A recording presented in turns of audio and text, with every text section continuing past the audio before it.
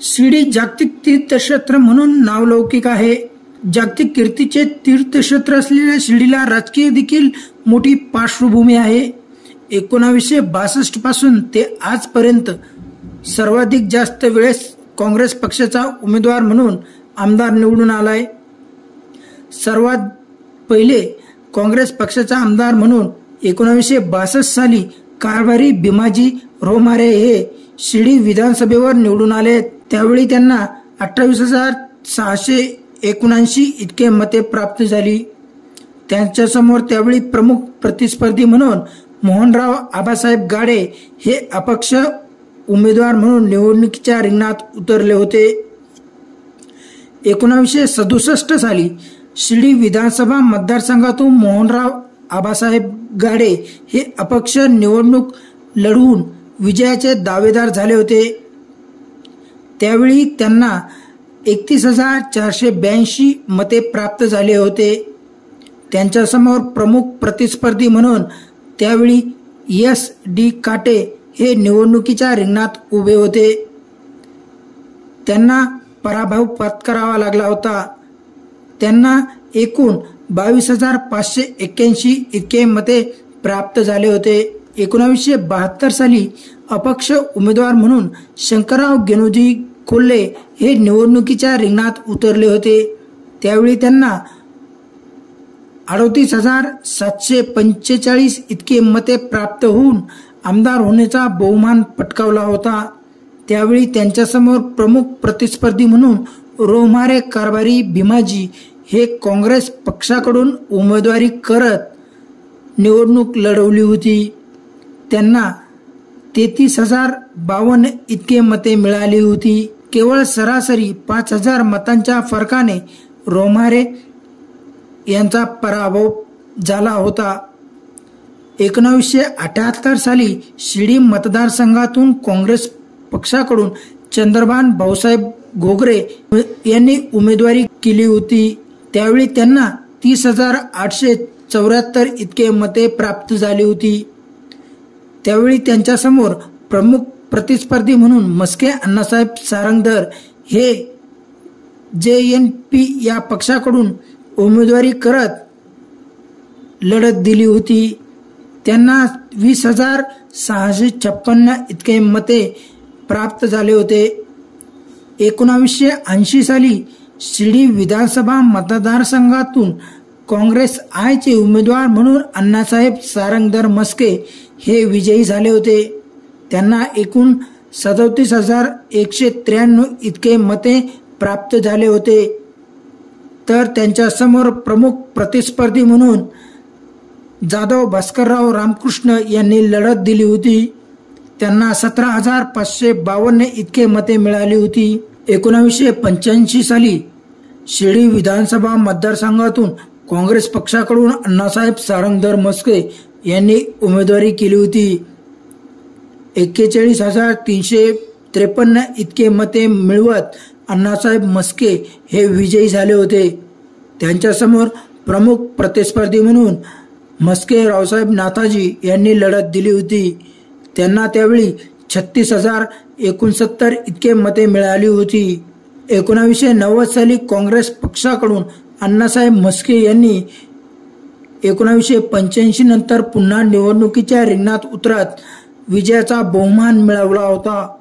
त्यांना 45,886 इतके मते मिळाली होती. त्यावेळी त्यांच्यासमोर प्रमुख प्रतिस्पर्धी म्हणून घोगरे एकनाथ चंद्रभान यांनी लढत दिली होती. त्यांना 28,089 इतके मते मिळाली होती. 1995 साली शिर्डी विधानसभा मतदारसंघातून काँग्रेस पक्षाकडून उमेदवारी करत राधाकृष्ण विखे पाटील यांनी निवडणूक लढवली होती. त्यावेळी त्यांना एकूण 65,516 इतके मते मिळाली होती. आणि त्यांच्यासमोर त्यावेळी प्रमुख प्रतिस्पर्धी उमेदवार म्हणून शिवसेना पक्षाकडून गाडेकर धनंजय श्रावण यांनी लढत दिली होती.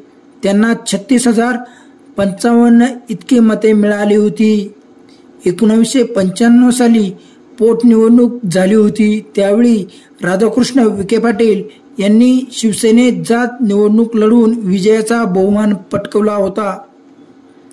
1999 साली पुन्हा राधाकृष्ण विखे पाटील यांनी निवडणुकीच्या रिंगणात उतरत शिवसेनेकडून उमेदवारी करत विजयी झाले होते.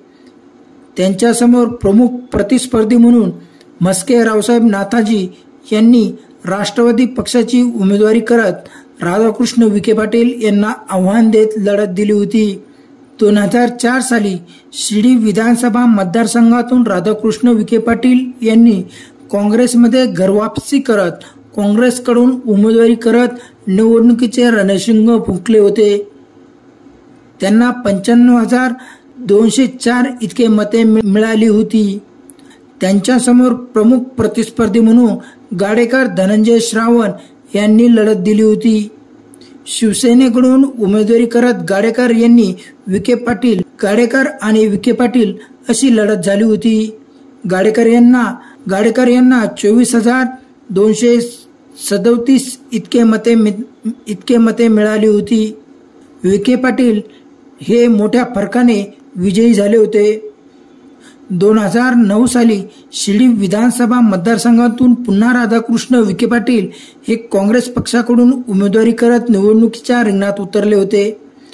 80,309 इतके मते मिळवत राधाकृष्ण विखे पाटील विजयी झाले होते. त्यांच्यासमोर प्रमुख प्रतिस्पर्धी म्हणून डॉक्टर राजेंद्र मदनलाल पिपाळा यांनी शिवसेनेकडून उमेदवारी करत विखे पाटील यांना फाईट दिली होती.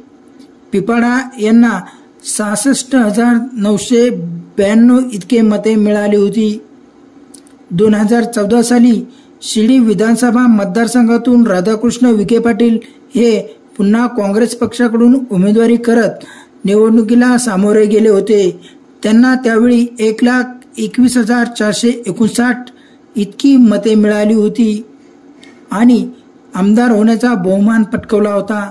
त्यांच्यासमोर प्रमुख प्रतिस्पर्धी म्हणून अभय शेळके पाटील यांनी शिवसेनेकडून उमेदवारी करत विखे पाटील यांना लढत दिली होती. अभय शेळके यांना एकूण 47,797 इतके मते मिळाली होती. 2019 साली राधाकृष्ण विखे पाटील यांनी भाजप पक्षाकडून उमेदवारी करत शिर्डी विधानसभा निवडणुकीत उतरले होते.